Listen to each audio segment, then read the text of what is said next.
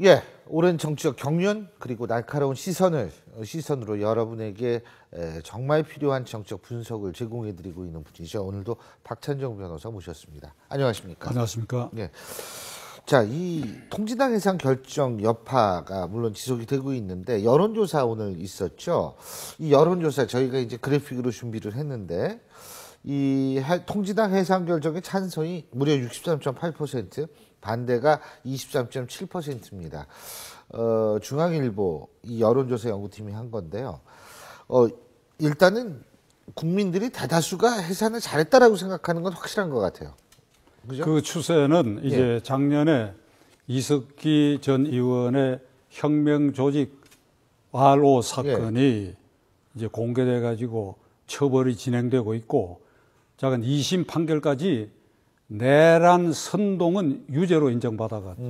그 지금 대법원에 계류돼 있어요. 내란 음모는 일부 무죄가 났지만 내란 선동한 것은 유죄로 인정되고 대법원에 계류돼 있고, 그리고 그 여세를 몰아서 1년 1개월 전에 통진당에 대한 정부의 해산 청구가 있어가지고 지난 13개월 동안 헌법재판소가 심의를 해서 해산 결정을 하는 이 과정에서 이 심판관들도 국민 여론을 참고했다고 저는 생각합니다.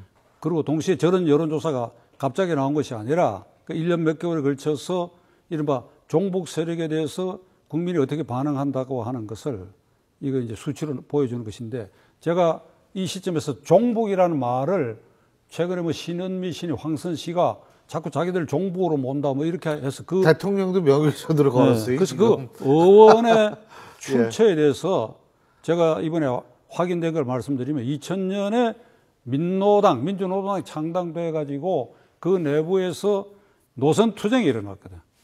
그래서 지금 심상정, 노회찬, 천호선, 유시민 이런 사람들이 거기서 떨어져 나올 때에 그 잔류파, 지금의 통진당 주류에 대해서 이 종북 패권주의자들이다. 그러니까 주사파를 철저히 주종하는, 북한을 주장하는 종북의 패권주의자들이라. 그 노선 투쟁에서 자기들 내부에서 나온 얘기죠. 그러니까 이제 국민들이 이 종북은 이게 우리가 용납할 수 없다. 이것이 저런 여론조사로 나타났고, 이것은 심판관들에게도, 심판관도 사람 아닙니까? 사람이란 말이에요. 그런 마지막까지 어떤 고심한 흔적이 있는 것 같은데 그 영향을 줬다고 생각합니다. 근데 법조인이시니까 그 지금 의원직 상실 문제 가지고 시끄러운 것 같아요. 그러니까 국회 지금 이제 전직 의원들이 된 통진당 의원 5명이 법적 근거 뭐 있느냐 말이에요. 이런 식으로 지금 나오고 있거든요. 어떻게 보십니까, 이 부분은?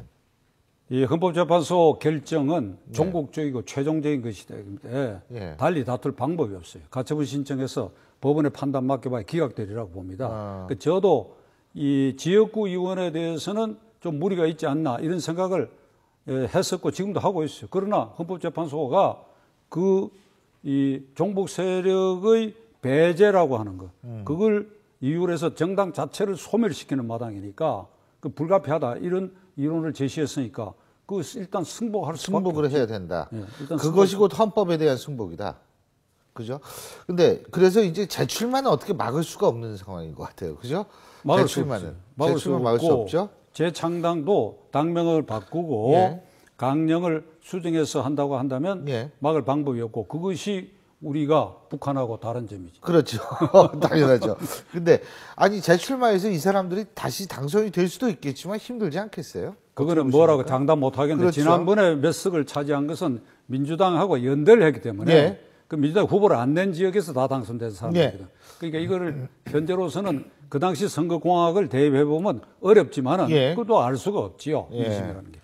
지금 사실 통합진보당 해산 문제에 대해서 새정치민주연합 같은 경우에, 예를 들면 문재인 의원 같은 경우에 이 유권자들의 판단에 맡기지 못한 것이 굉장히 안타깝다 이런 얘기를 하는데, 그 반대쪽에서 뭐냐면 지금 무슨 얘기를 하느냐, 선거 연대를 통해 가지고 유권자의 판단, 유권자의 어떤 그 올바른 판단을 왜곡시킨 게 누군데 선거 연대 때문에 지금 무슨 얘기를 하느냐 이런 얘기를 하거든요. 그래서 이른바 야권이한테 책임론이 나오고 있는데 어떻게 보십니까? 이게 지금 2월에 있을 전당대회에서도 굉장히 뜨거운, 다시 말해서 신노 대 비노의 대결에서 뜨거운 주제로 등장할 것 같아요. 어떻게 보세요? 지난 국회의원 선거가 대통령 선거에 느슨한 연대를 했지요. 예. 만일 연대를 안 하고 단호하게 이 통진단하고 벽을 쳤다면 좀 이 가상적인 추정이지만 나는 문재인 후보가 당선됐다고 봐요. 근데 그걸 느슨한 연대를 했기 때문에 총선 때도 했잖아요. 총선 그러니까 때도. 그렇죠. 예. 그러니까 이 대선 지역구 총선에 의원들이- 이어서